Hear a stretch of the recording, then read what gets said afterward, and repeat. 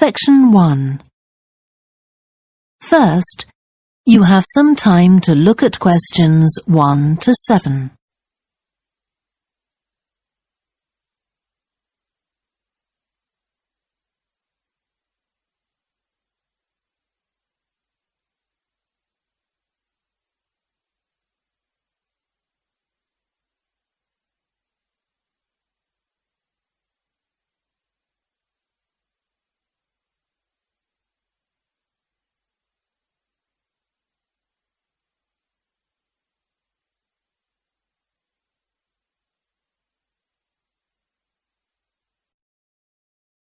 Now we shall begin.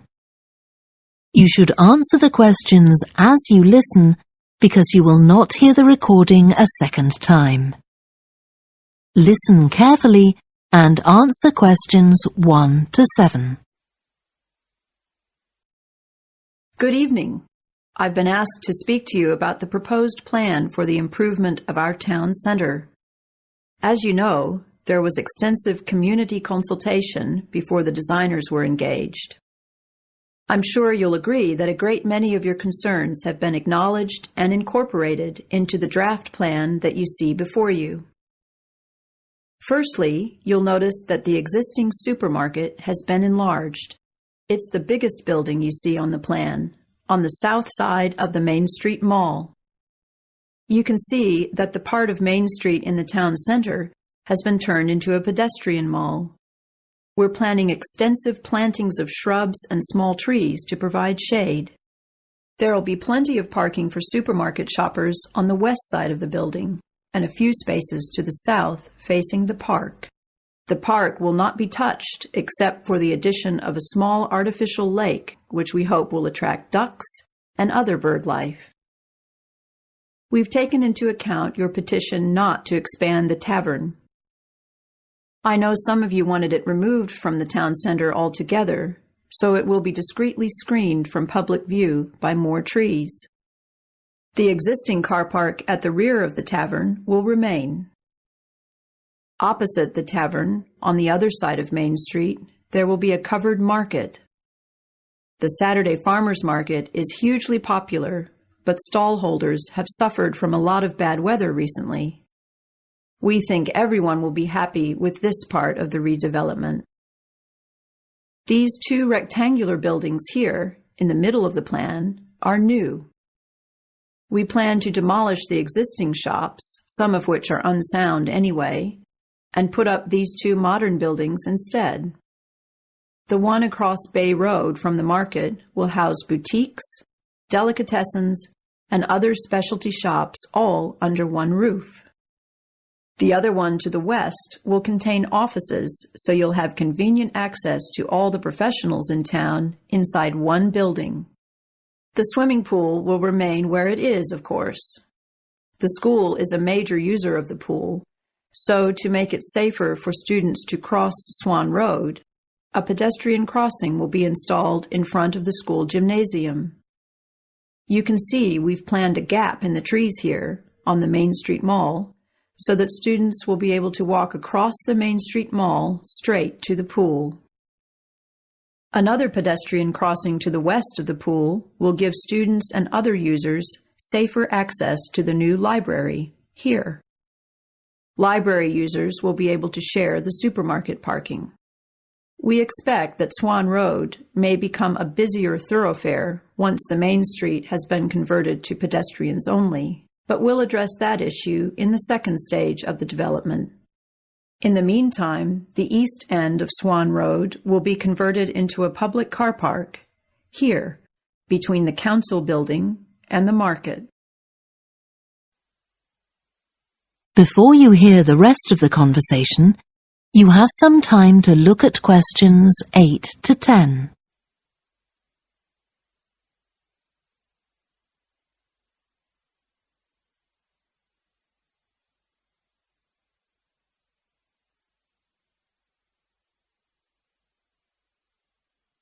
Now listen and answer questions 8 to 10. Are you looking to move into a flat soon? I hope so, yes. The thing is, we have a few flats at the moment that we'd like to get rented out by the end of the month. I see. They're all good flats, and at the price you want. There's one in Eastern Towers, one in Granby Mansions, and another in Busby Garden. All three are nice blocks of flats. Could you tell me where they are? I'm at the train station at the moment. Eastern Towers, if you're coming from the station, isn't very far. Cross over City Bridge, then go left, and where the road divides, you want the right-hand fork. You'll see Eastern Towers on the left side of the road. It's a lovely building with trees around it. That sounds nice. What about Granby Mansions? The best way to get there from the station is probably to go down River Road and then cross over Old Bridge.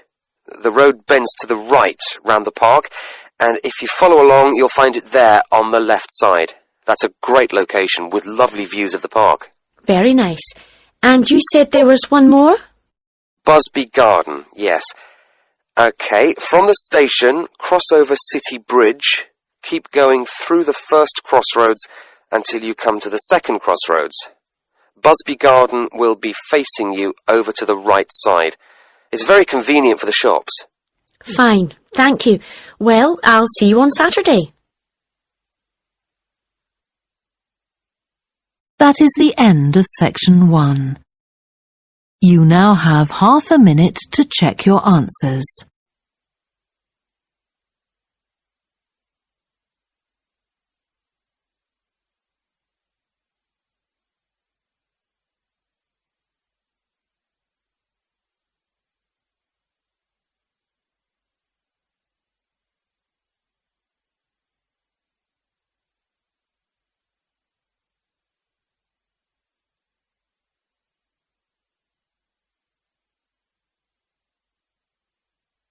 Now turn to section 2.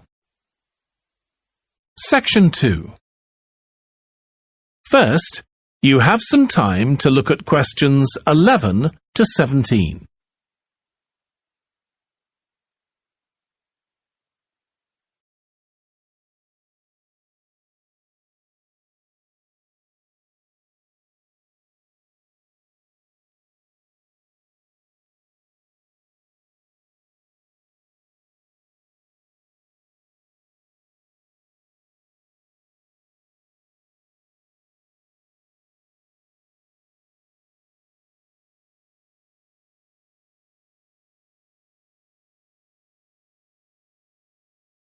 Now listen carefully and answer questions 11 to 17. It's so nice to see so many people here on our open day. I hope you'll be impressed by what you see and that you'll all decide to join up. We have tried to cover all aspects of sport and fitness here at the centre.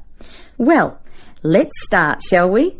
As we're standing here at reception looking down the long corridor, you'll notice the car park on your left, where most of you have parked, asks you to reverse into the parking spaces for safety reasons.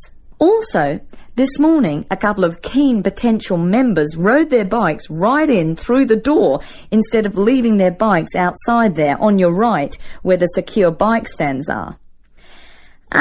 You may be wondering why there are so many mothers arriving with little children. As we proceed, you'll see that this first room on your right is a creche, where you can leave your little ones for up to 2 hours and they'll be expertly supervised while you work out. After the creche, on the same side of the corridor, is the male locker room with showers, spa and sauna. Opposite that, on your left, there's a staircase leading to the mezzanine floor. You'll not only get a great view out over the playing fields, but you'll also find a coffee shop and snack bar selling a range of wholesome food and drinks, protein shakes, fruit smoothies, that kind of thing. We won't go up the stairs at this point. I'll give you some time later when you can explore at your leisure. Most of you in the group are women, so next let me point out the women's locker room, which has the same facilities as the men's, you know, things like showers, spa and sauna. It's separated from the men's locker room by an office which the staff mainly use for administrative purposes. As we move on the same side of the corridor as the stairs, you'll see the entrance to the main hall, where they hold yoga classes, aerobics and so on. On the wall here, there is a timetable of all group classes, and it is updated regularly. Now, opposite the hall is the gymnasium itself. Go ahead, have a look. Impressive, isn't it?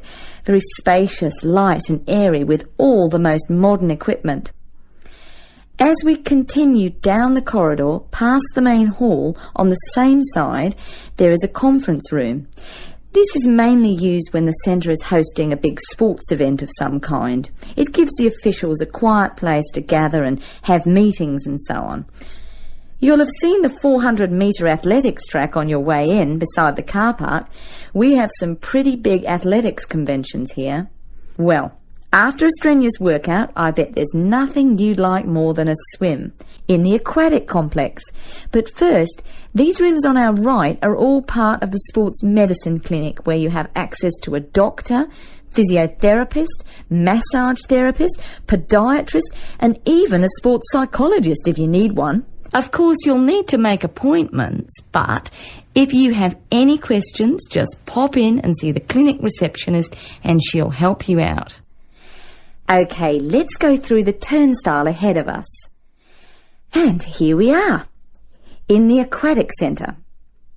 Turn left, past the pool shop, where you can buy or hire goggles, swim caps and such like, and we're outside, poolside.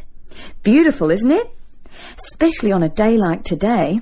Go on, dip your toes in the water. And if that's not warm enough for you, then I'll take you to the indoor pool, which is less than half the size, but heated to 32 degrees. Let's go back past the pool shop and through the double doors to the indoor pool. Well, that's all I have time to show you. Let's go back to the reception area, and if you like, we can run through some details about opening hours, membership and so on. Before you hear the rest of the conversation, You have some time to look at questions 18 to 20.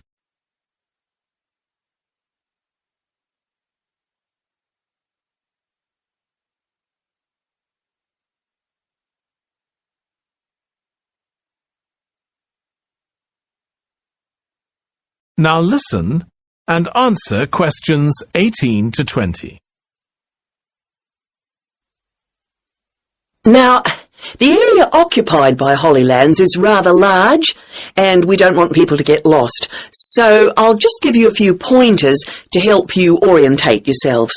So, whether you come by car or bicycle, you'll come in from the road. Cars then park to the left through the gates into the car park, and bikes to the right through the gates opposite.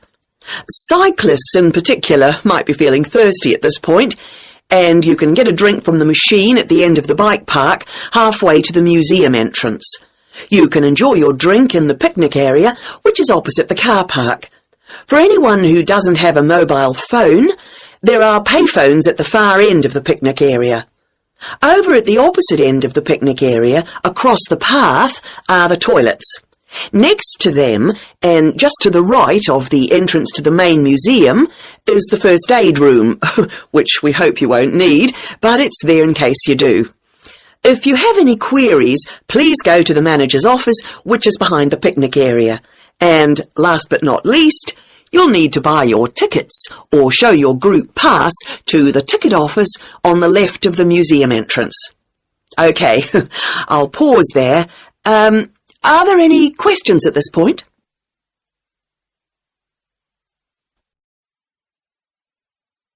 That is the end of section 2. You now have half a minute to check your answers.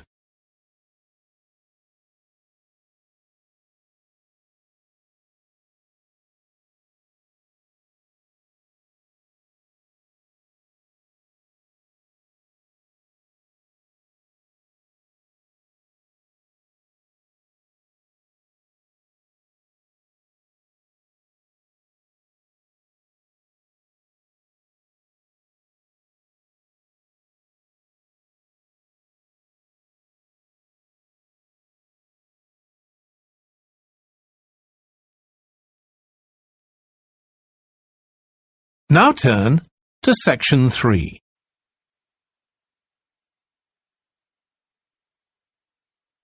Section 3. First, you have some time to look at questions 21 to 24.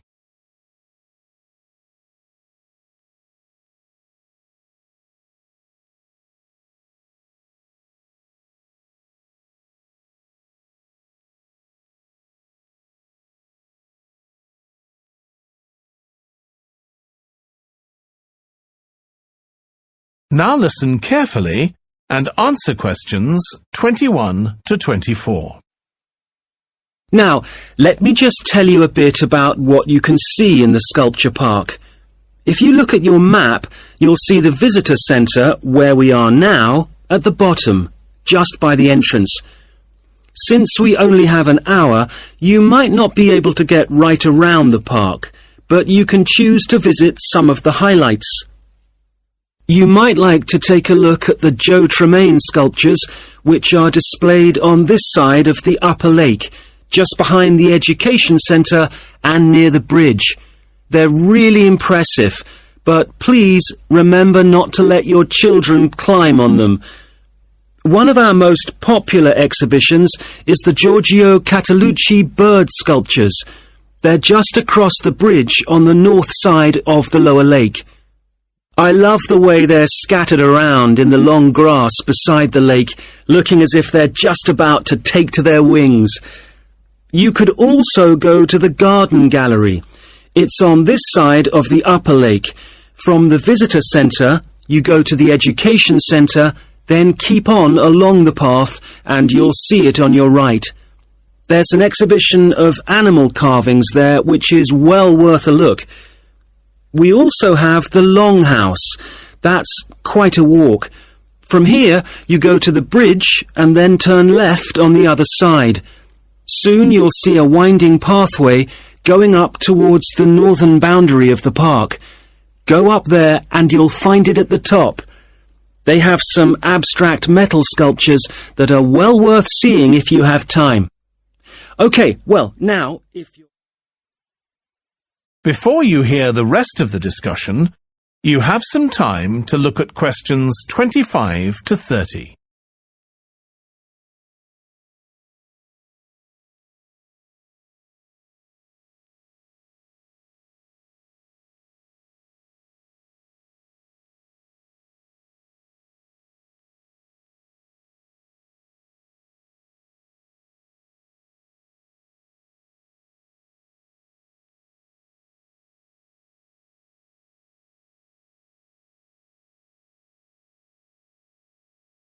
Now listen and answer questions 25 to 30. Now, we've also put together a map which we've sent out to all the residents in the area. And on the map we've marked the proposed changes. Firstly, we'll plant mature pine trees to provide shelter and shade just to the right of the supermarket in Days Road. In order to address the traffic problems, the pavements on the corner of Carberry and Thomas Street will be widened. This will help to reduce the speed of vehicles entering Thomas Street. We think it's very important to separate the local residential streets from the main road, so the roadway at the entrance to Thomas Street from Days Road will be painted red. This should mark it more clearly and act as a signal for traffic to slow down. One way of making sure that the pedestrians are safe is to increase signage at the intersections. A Keep Clear sign will be erected at the junction of Evelyn Street and Hill Street to enable traffic to exit at all times. Something we're planning to do to help control the flow of traffic in the area is to install traffic lights halfway down Hill Street where it crosses Days Road. Now, we haven't only thought about the cars and traffic, of course. There's also something for the children. We're going to get school children in the area to research a local story, the life of a local sports hero, perhaps. And an artist will incorporate that story into paintings on the wall of a building on the other side of Hill Street from the supermarket. And finally, we've agreed to build a new children's playground, which will be at the other end of Hill Street, close to the intersection with Carberry Street. Wonderful. Now, what's the next stage? Well, the final plan will That is the end of section 3. You now have half a minute to check your answers.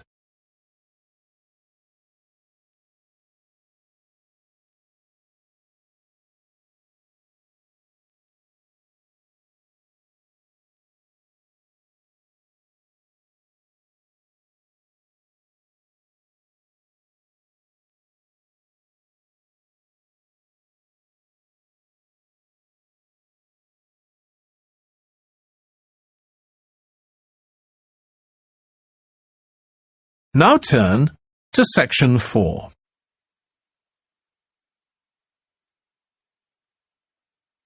Section 4. First, you have some time to look at questions 31 to 40.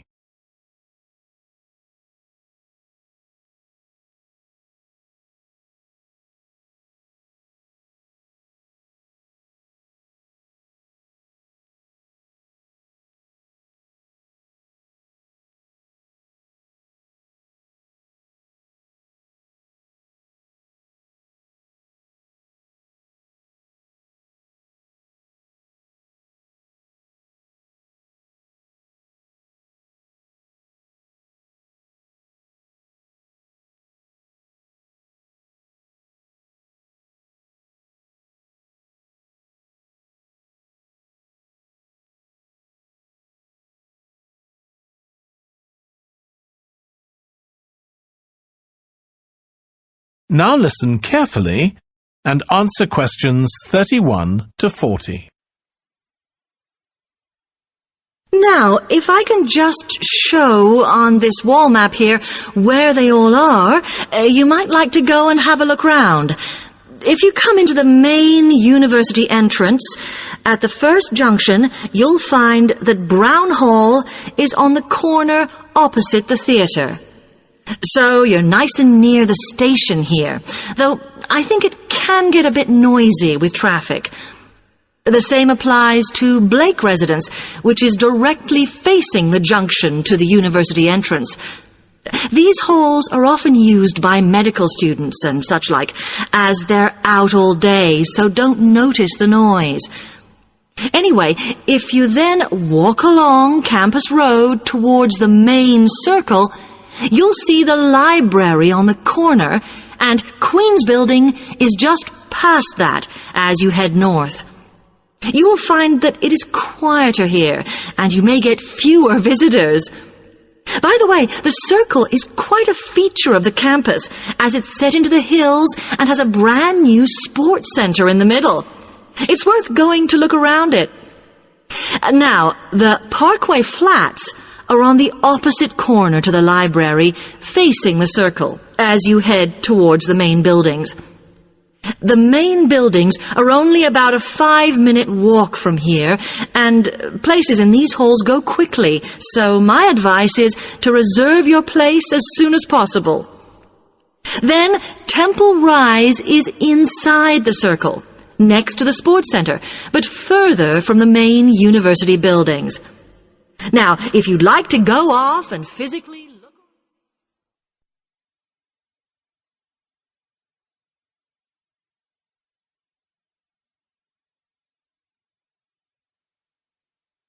OK, thanks.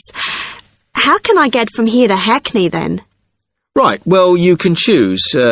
We're here at the information office, OK? Now, next to us, on the corner of the High Street and Sweet Street, is the bus stop, opposite the bank. Uh-huh. The bus goes all the way to Hackney, but it is a very indirect route, so it could take ages. Ugh. If you want to take the train, walk down the High Street towards the city.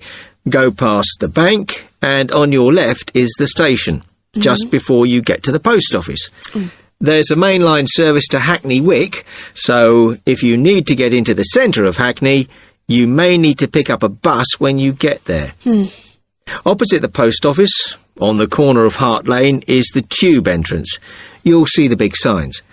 That's probably the best way to get there, though you may have to change. It's probably best if you go and get a travel card first. To get to the ticket office, you go out of here onto the High Street. Then turn into South Street and the ticket office is on your right opposite the cinema. Of course, you may decide it's quicker to take a taxi. But it's a long way, so I think it'll be very expensive. If you do want to get a cab, then the rank is outside here, just opposite the office.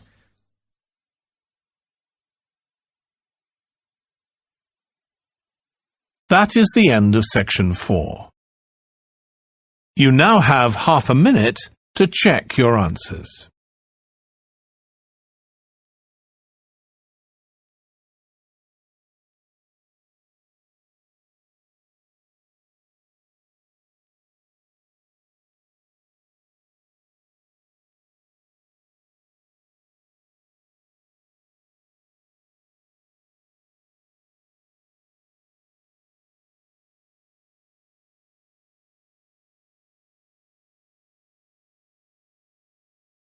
That is the end of the listening test.